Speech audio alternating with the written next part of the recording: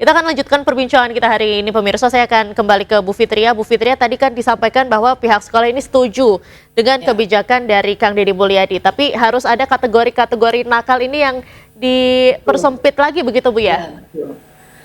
Kan nakal itu bagaimana? Apakah dia terlibat dengan kriminalitas atau hanya kenakalan remaja biasa gitu. Makanya mungkin masukannya nanti harus ada pendampingan dari psikolog juga, karena kalau di barak militer anak tanpa didampingi juga kayaknya mungkin dengan usia segitu kan malah bisa menjadi stres lebih atau nakal lagi. Ya tidak sesuai lah. Mungkin nanti Pak Deddy sudah memikirkannya. Kalau di sekolah sendiri kan ada mekanisme terlebih dahulu, Bu. Biasanya untuk menangani anak-anak yang bermasalah itu melalui bimbingan konseling. Efektif nggak sih, Bu, sebetulnya melalui BK itu? Kalau pengalaman saya justru yang efektif itu dulu sekolah kami itu lumayan sering terlibat tawuran. Dan yang pertama kita terapkan itu adalah disiplin. Setelah pemanggilan orang tua, kemudian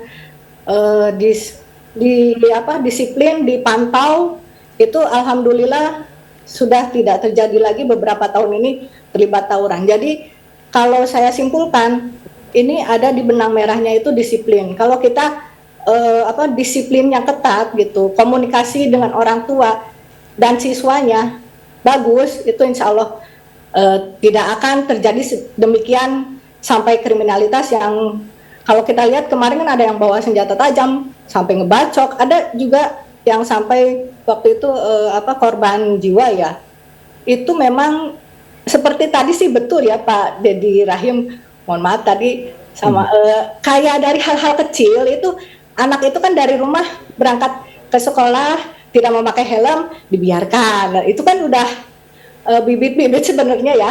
Kemudian datangnya terlambat atau bolos dibiarkan, orang tuanya tidak mau ikut campur atau tidak aware terhadap kegiatan anaknya di sekolah, itu juga udah bibit-bibit. Kalau kita waktu itu melakukan itunya ya dari menumbuhkan disiplin terhadap anak tersebut. Kalau saya rasa dengan program ini ya sudah sangat tepat, karena kalau di barak militer itu kan disiplin nomor 1 begitu ya. Baik. Jadi setidaknya anak-anak 24 jam dia belajar karakter disiplin dulu, baru mereka bisa mengikuti yang life skill yang lainnya. Baik, Bu Fitria. Kalau Mas Ubed dari JPPI sendiri, bagaimana tanggapannya soal ini, Mas? Ini sangat kompleks sekali ya. Dari sisi manapun itu menurut saya ada catatan-catatan khusus ya. Yang pertama soal anak nakal itu ya. Pertanyaan saya, kenapa nih murid-murid di sekolah, anak-anak peserta didik kita ini selalu dihakimi terus, selalu dijadikan objek terus gitu. Jadi pendidikan kita yang tidak berkualitas, ternyata anak-anaknya malas misalnya. Ini anak-anak malas belajar, ternyata tawuran. Oh ini ada nih anak-anak nakal, lalu belajar di barak militer misalnya. Nah pertanyaan saya, itu kan cara pandang orang dewasa atau cara pandang guru terhadap anak. Coba dibalik, anak memandang guru misalnya, atau anak memandang orang dewasa. Sebenarnya yang nakal siapa? Anak-anak atau justru gurunya misalnya? Loh, kemarin KPK merilis survei bahwa integritas sektor pendidikan tahun 2024 itu jeblok, paling buruk, sangat koruptif. Mayoritas guru-gurunya misalnya datangnya terlambat, tidak disiplin misalnya. Jadi misalnya tadi Bu Fitri mengatakan bahwa anak-anak tidak disiplin. Survei KPK 2024 ya menempatkan sektor pendidikan ini sangat jeblok sekali dibanding tahun-tahun yang lalu. Bahkan di situ ada disclaimer khusus, guru-guru sangat tidak disiplin. Lah ketika anak tidak disiplin dibilang nakal. Lah pertanyaan saya, kalau gurunya yang nggak disiplin, apakah gurunya nakal? Kalau kepala sekolahnya yang nggak disiplin, apakah kepala sekolahnya nakal? Kalau peserta didik ditaruh di barak militer, terus pimpinan sekolah taruh di mana? yang datanya itu mereka semua tidak disiplin, mayoritas ya.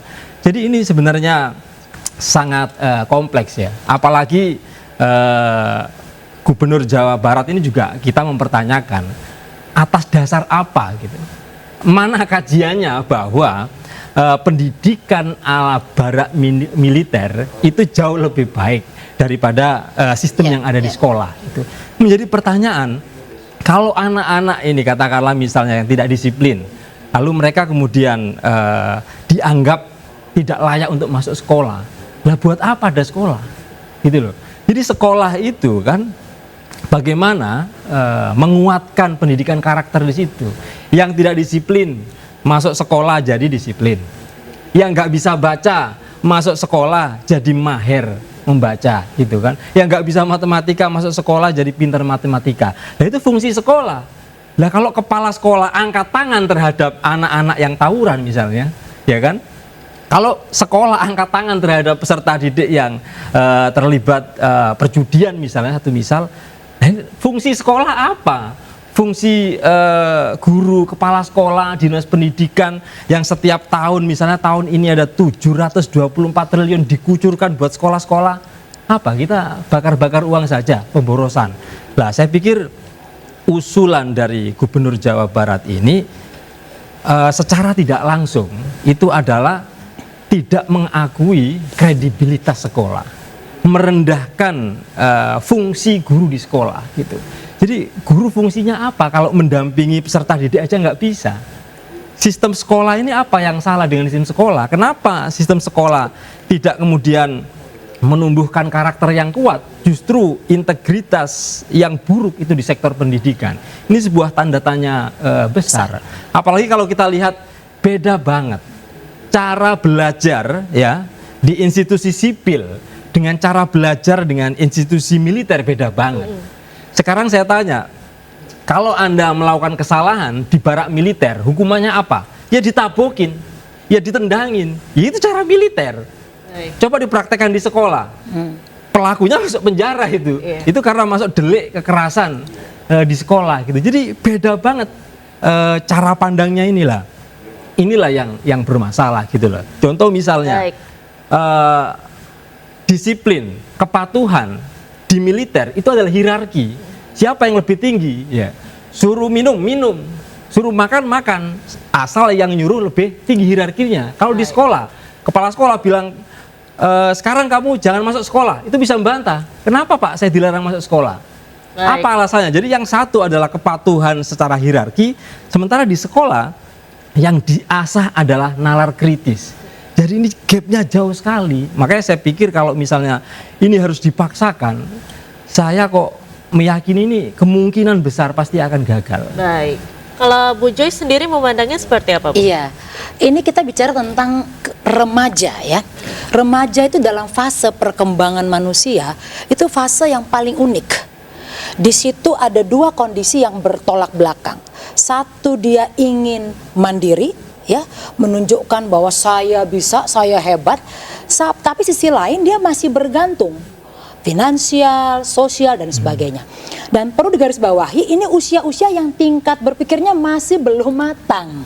Jadi, kalau dia punya dorongan dan tidak terpuaskan, dia hanya ingin melakukan sesuatu yang bisa memuaskan dorongannya. Nah, karena ada konflik antara dua kepentingan tadi, itu yang membuat remaja tidak sepenuhnya mumpuni mengambil keputusan. Nah, kalau kita lihat remaja yang sehat adalah remaja yang memenuhi tahap perkembangannya. Ikut belajar, berkontribusi di lingkungan, kemudian beraktivitas secara benar dengan peersnya begitu.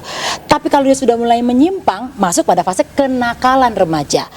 Tapi kalau sudah tadi tawuran, menghilangkan nyawa, tadi kata Bu Fitria, itu sudah masuk kategori kriminalitas.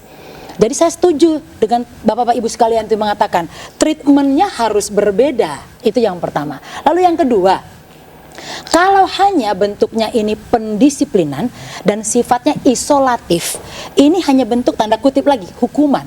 Hukuman itu kalau analogi, ini ada penyakit yang udah lama nggak sembuh-sembuh, dia hanya pakai obat-obat aja, tapi besok-besok kambuh lagi. Betul. Jadi yang perlu dipahami adalah penyebabnya apa. Saya setuju dengan Bu Fitria tadi, rumah ini nomor satu. Jadi pertama sekali cek kondisi itu. Karena sebuah perilaku 3 pembentuknya Mbak. Yang pertama sistem, tadi yang kata Mas Ubaid. Yang kedua adalah pembelajaran. Yang ketiga role model, gurunya, orang tuanya. Dia nyontohnya benar apa tidak. Kalau nggak sholat ada nggak sih konsekuensinya? Kalau dia bolos konsekuensinya apa? Bahkan gitu, main Mobile Legends lebih dari 8 jam ada nggak konsekuensinya di rumah? Kalau bagi dia tidak ada sistem yang membatasi, ya berarti boleh-boleh saja nonjok orang nggak apa-apa misalnya begitu. Nah ini 3 aspek ini yang perlu dipertanyakan kembali sebelum kita membuat sebuah solusi yang integratif tadi yang sudah disampaikan. Gitu. Baik, kalau saya mau ke Bu Fitria lagi. Bu Fitria tadi kita ulang lagi soal yang disampaikan oleh Mas Ubed gitu, soal adanya role model dari guru-gurunya dan juga ada tingkat koruptif juga Mas Ubed ya. Nah ini bagaimana menurut Bu Fitria? Ya di mana-mana juga kan mungkin oknum banyak ya. Kita kan jangan melihat dulu kita sebagai institusi pendidikan itu pasti tujuannya mulia, mencerdaskan anak bangsa lah. Kalau dibilang menurut BPS guru-gurunya koruptif, saya juga kurang tahu itu ya, baru dengar, terus terang baru mendengar, karena di kami itu benar-benar berusaha ya dengan tulus gitu untuk menjadi role model tadi yang dikatakan Bu Grace ya, menjadi role model bagi anak-anak kami. Bahkan kami itu dulu ketika zaman tawuran jam 11 itu ditelepon Kapolres itu ya harus datang. Kita pertama yang ditelepon itu sekolah, bukan orang tua. Jadi kita datang baru kita hubungi orang tua. Itu biasanya seperti itu. Awalnya pasti polisi itu nelponnya ke kami gitu. Nah, apakah dengan seperti itu kita masih dicap sebagai kepala sekolah atau guru yang korup gitu ya? Padahal kita sudah meluangkan waktu bahkan 24 jam. Itu anak itu kan pulang tuh jam 4 ya. Tapi ketika ada masalah tetap kami yang ditelepon, kami yang turun tangan dan kami itu ikhlas gitu ya, seperti itu. Jadi sepertinya kurang tepat untuk menyatakan bahwa mengeneralisasi institusi tadi pendidikan itu semua korup. Masih banyak institusi pendidikan yang sangat peduli terhadap siswa-siswinya. Begitu. Baik. Baik, terima kasih Bu Fitria. Saya akan menuju ke Pak Dedi Arahim. Pak Dedi, saat ini kan di Bogor lagi marak juga kasus balap liar dan juga tawuran. Nah ini bagaimana penanganannya? Tapi kita tahan dulu, kita jawab usai jeda pemirsa. The Prime Show masih akan kembali, tetaplah bersama kami.